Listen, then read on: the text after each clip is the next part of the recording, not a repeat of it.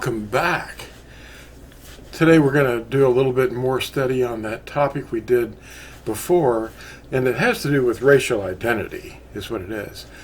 But all people are creations of Yahuah, and who came first or who's more important racially or genealogically is irrelevant, and we're going to prove that today. What is Yahuah's sign that we are his? The Sabbath is a repeating cycle of never end. It's like a heartbeat. I even have a video on Torah Institute's channel here on YouTube, and it's called The Heartbeat of Creation. And we look at the comparison of the 7 millennia, the 7 days of the week, the 7 festivals that we observe as a redemption plan, and other things.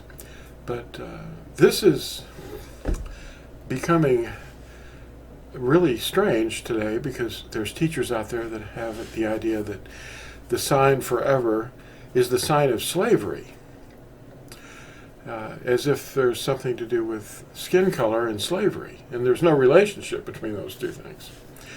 Most slaves historically have always been European or Chinese or Oriental.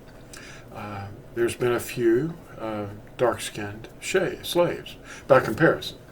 But recently, because of the United States being kind of like the lead nation in the world, we seem to have the understanding in the population that because recently, in the last several hundred years, there were black people that were stolen from their continent, and they were taken over here in ships.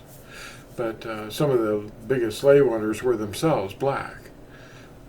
But either the sign between Yahuah and his people forever is his Shabbat, according to Yechezkel or Ezekiel chapter 20, verse 12, or it's the sign between Yahuah and his people forever is enslavement, as some teach today.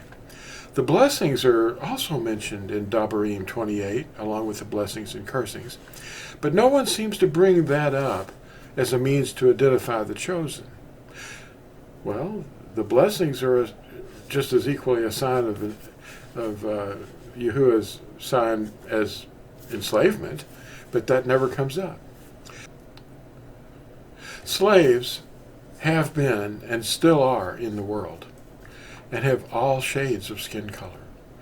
Musha, who was a Shemite, a descendant of Shem, took Zipporah, who was a Cushite girl.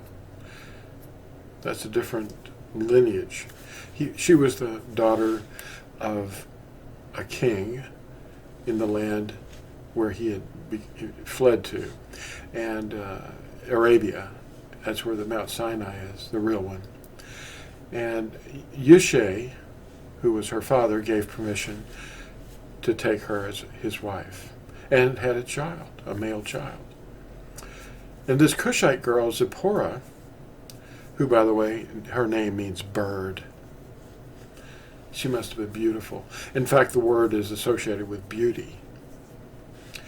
Anyway, she was his wife, and Miriam and Aharon, Musha's older brother and sister, were discussing the appropriateness of him marrying a Cushite.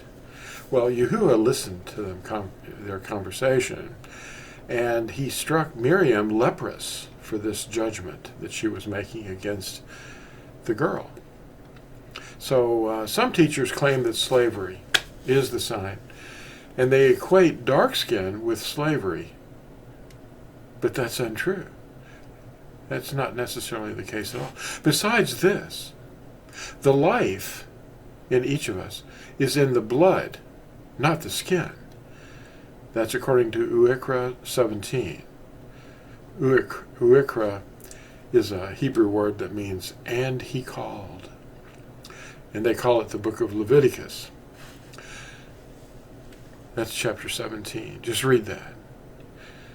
And Yahusha covers our sins with his blood, not his skin. The Roman population was comprised of almost 80% slaves.